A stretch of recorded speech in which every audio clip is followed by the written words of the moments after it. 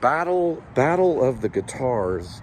Not too bad though. I've been in like way where it was like 4 guitar players, or one's playing Metallica, one's playing classical music, one's playing like flamenco music, and the other guy in the back is playing like the Doors, you know.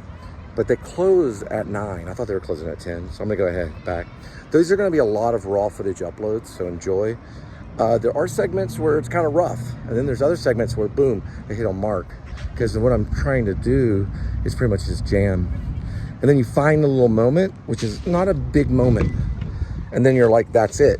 And it's only like a few moments, like maybe if you're lucky, a minute. And then you're like, okay, that's absolutely it. And every single string is used economically, and every little moment is used right. And that's when the song takes off. Now, some would argue that that's not actually true. Some would argue that it's a little more jazzy than that, and there's no rules to it. But I think when the song is there, you've exhausted all your other options, and then that's laid out. It's very like Green Day or Weezer's that way. Metallica's very much that way. Every single chord, every single note, every single string is used economically to produce a sound that is either matching another sound or developing the sound from one point to another. Even if it's as simple as some of Kurt Cobain's stuff, where he used this simple aspect of the guitar, and he didn't know anything about a C chord or an F sharp. He could kind of talk about it. He probably did, and he kept it hidden, but he didn't talk about it. He said he could never teach guitar. He just went, you know, and Elliott Smith said he went by shapes in his head. But it's when everything starts to kind of make sense, and then you're like, oh, that's the song, right? I'm not gonna worry about vocals right now because I've been under the weather and I've been dealing with stuff. I'm gonna go get some ginger and head back home. But it was a good session at Guitar Center today. So I learned a lot about amps, where the placement is on the amps, how do you turn them on. You keep them off until you're plugged in, and then you turn them on. You know, whenever you take a guitar and you go when a live amp, and then you have the guitar, you know, on. Some guitars you can turn on. Some guitars are always on. But you have it and it goes, they don't like that, especially Guitar Center. They do it in rock and roll bands. They do it all over, but they don't like it at Guitar Center. They'll go over there and say, hey, listen, keep the amp turned off and then plug it in. Make everything, you know, plugged in and adjusted, and then turn it on. But everybody will stick that thing in there, and that's bad for the amp. The one I was using said Paul Reed on it, but he said that it's a signature MT 100. So it's a different type of amp. I was mostly focusing on amp sound and a little bit of like maybe like finding a tune or harmony, but I was also focusing on possibly even tuning, because a lot of those guitars have been used and they're like slightly off tune. Okay, so in this case, I was kind of dealing with like, okay, how tuned is this guitar? Can I pull off a song by, I don't know, anybody, you know, like I'd play something maybe from Billy Corgan or something. Like, okay, that sounds okay. Then I would say, okay, that guitar somewhat is tuned, but I don't think any of them were tuned perfectly.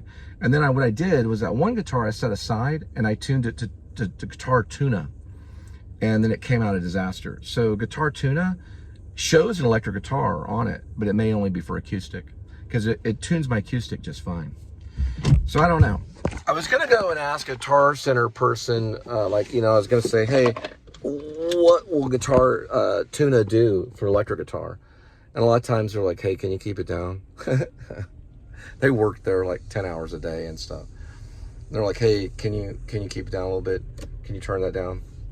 So you don't really ask them, because that's what they're going to respond. First, let's turn this master down a little bit here. Second, and then they'll just go off on this long sales spiel, because they probably know for sure if you're going to buy it or not, if you're just looking. But hey, you know what? You can look at an amp, and let's say you go back 10 years later, and that's a sell. Every single person that comes in there and plays the guitar, that's a possible future sell. So they got people that come in and study that stuff for months, and they come back 6 months later, and they know, they write this stuff down, and they're like, I want this and that, and they can have it ordered, or it's still at Guitar Center. There's been musicians that have been on tour, and they've lost all their instruments, and they've gone to Guitar Center either to rent them or buy a bunch of them while they're passing through. There was one band where the entire truck or the entire thing was stolen. So all their equipment, which was hundreds of thousands of dollars, was lifted. I think it happened, I mean, it might have happened in Dallas, but the entire truck was driven away. So they didn't have any of their instruments. So they went to Guitar Center and explained it. Guitar Center bailed them out because they wanted to continue the tour, and gave them a few guitars and things that so they could continue. That bare minimum is what they gave them.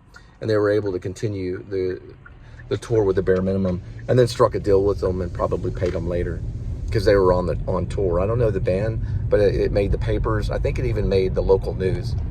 So they can work with musicians. They'll work with you because that's how they make money. But the one thing that they get upset about is the volume if it gets too loud, because you've got one guy playing Metallica and you can't even hear your chords. So you turn your master up and he turns his master up, and it's battle of the guitars.